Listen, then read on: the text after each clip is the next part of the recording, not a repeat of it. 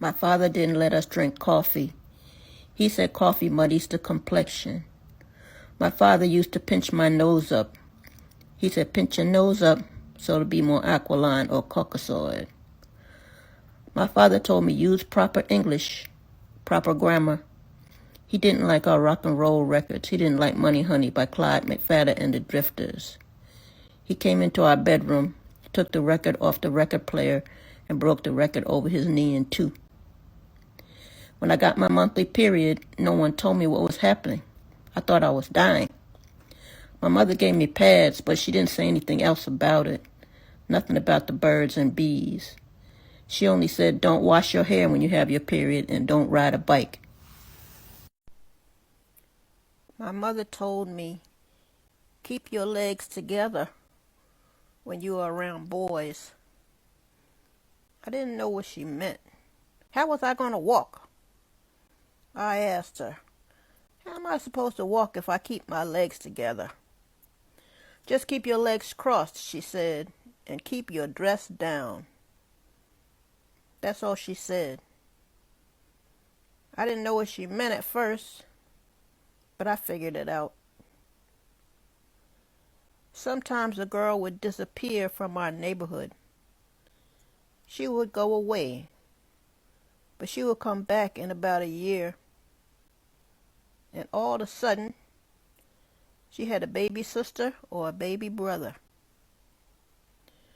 During ninth grade, the boys would say, you can't get pregnant if you just do it once. If you were black and female, there were a few jobs available to you. You could be a secretary, a nurse, a teacher, work in a factory, or be a domestic worker like a maid or a housekeeper. Those were the only options. Being a teacher was the most prestigious. You had to pass the state teacher's exam. You had to demonstrate your teaching abilities.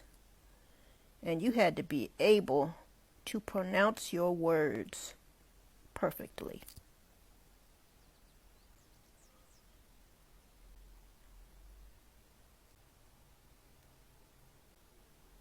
My father took us to Broadway shows.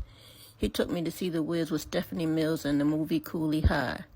My father took us to see the Jackson 5 and the Silvers. My father told me to read. He had the poetry of Leroy Jones and Amiri Baraka and loaned me his book, Native Son by Richard Wright. My father called me smart broad, not because I was smart, but because I had a smart mouth. My father didn't like the new music rap. He only liked Aretha Franklin and Johnny Mathis. When I got my period, I knew what it was. I knew what it was all about. I was waiting for it to come. My mother showed me a book that said the sperm joins with the egg and becomes a baby. When I got my period, I was relieved. I was 13. When I got my period, my mother said, now you are a woman.